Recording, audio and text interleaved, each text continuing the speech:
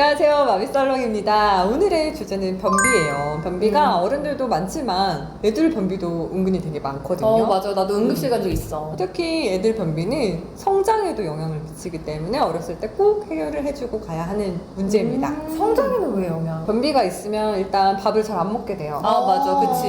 식사량이 적어지기 배도 아프고 때문에 하니까. 네, 맞아요. 그래서 성장에 영향을 줄 수 있습니다. 제가 전에 응급실을 데리고 간 적이 있어요. 그러니까 배 아프다고 막 떼굴떼굴 구르고 이래가지고 사진을 찍었거든? 근데 변비여서 그 변비약을 처방을 받았어, 결국엔.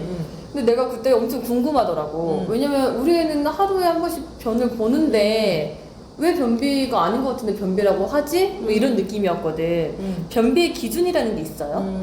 변비의 횟수가 꼭 중요한 건 아니에요. 일주일에 2번 정도 대변을 보더라도 대변을 시원하게 잘 보는 경우는 변비라고 하지 않고 매일매일 변을 보더라도 불편하거나. 아이가 힘들다, 음. 뭐 잔변감이 남는다, 딱딱한 덩어리로 나온다, 그러는 경우 이제 변비라고 할 수 있죠. 그래서 롬포라는 그런 기준이 있어요. 그리고 이제 대변 모양으로도 판단하는 뭐 브리스톨 스케일이라는 기준이 있어요.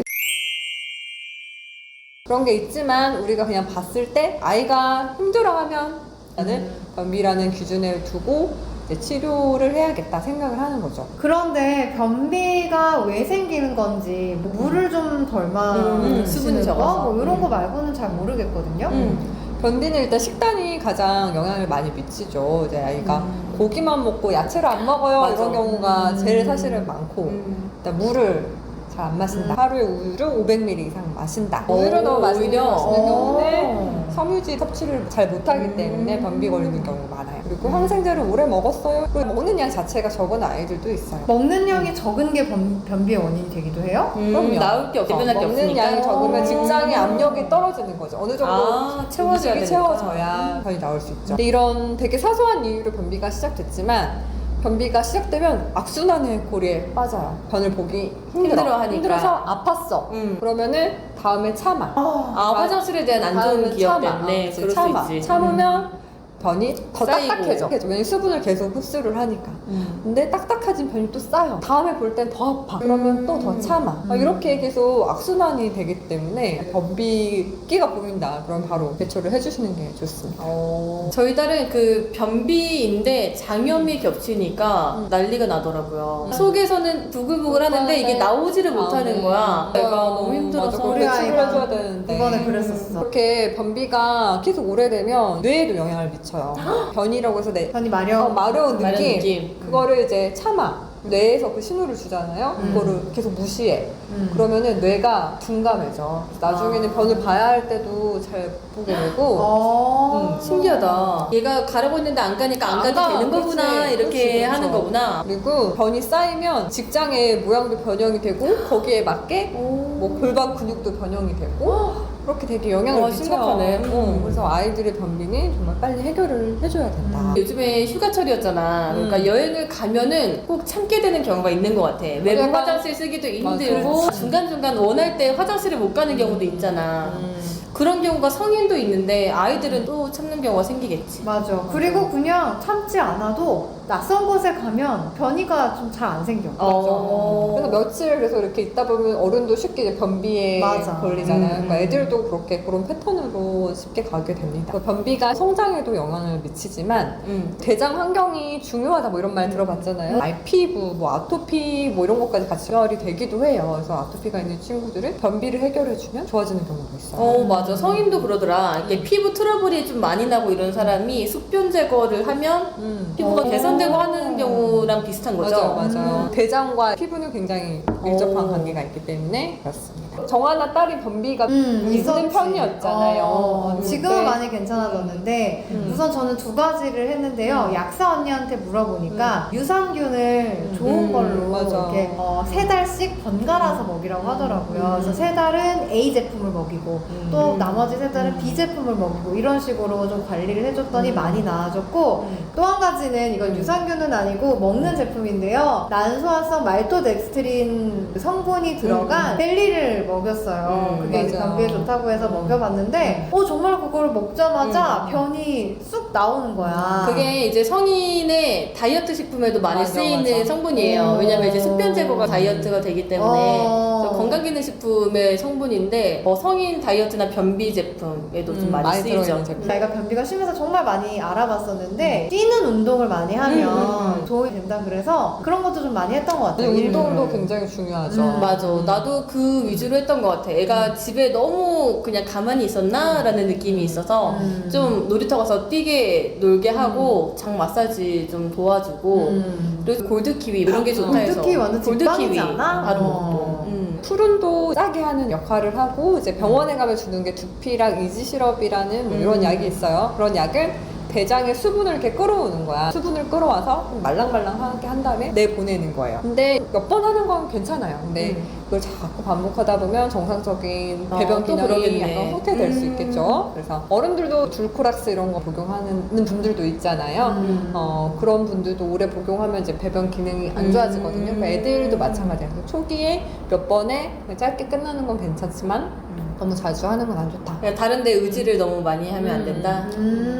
근데 그럼 관장은 어때요? 사실 관장은 저희 얘기는 해본 적이 없고 내 기억에 나는 초등학교 한 1, 2학년 때 내가 관장을 해본 적이 있거든. 초등학교 때 변비 때문에. 너무 배가 너무 아팠고 관장할 때도 계속 너무 아팠던 것 같아요. 관장은 아이들한테 웬만하면 하지 말아야 될 거. 아이가 관장을 하면 힘들잖아요. 내가 대변을 잘 못 주니까 벌 주나 뭐 이런 식으로 잘 이해를 받아들을- 못하는구나. 받아들여서 그 관장이라는 게 사실 우리도 출산할 때 해봤지만 쉽지 않은 과정이잖아요. 그리고 관장도 마찬가지로 이제 관장처럼 자극하는 그런 자극을 주지 않으면 나중에 또 배변을 잘 못하게 되는 그런 경우가 생길 수 있기 때문에 관장은 최대한 하지 않는 게 좋다.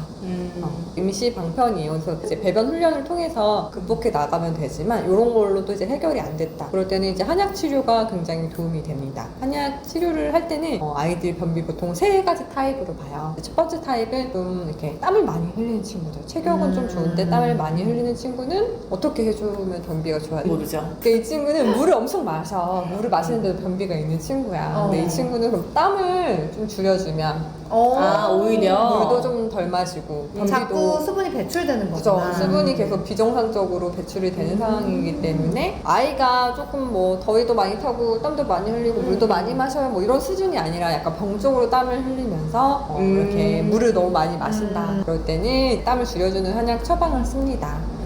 두 번째는 대장 기능이 좀 저하된 친구들. 이 친구 타입이 사실 제일 많아요. 70%에서 80% 약간 마르고 허약한 타입. 이 친구들은 대변을 밀어내는 힘이 부족한 타입인 거예요. 오히려 소화기를 도와주는 보약으로 써야 돼요. 그래서 뭐 건중탕이라서 해서 시오건중탕, 환기건중탕, 소건중탕, 대건중탕 이런 걸 씁니다. 그래서 이런 보약들은 장 운동을 활발하게 하고 아이들의 이제 대변에 수분을 공급해서 대변이 잘 나오게 하기 때문에 아이가 혹시 배가 자주 아프다고 하는 친구들은 변비가 없어도 이 약을 뭐 보약처럼 오래 먹을 수 먹으면 있구나. 좋습니다.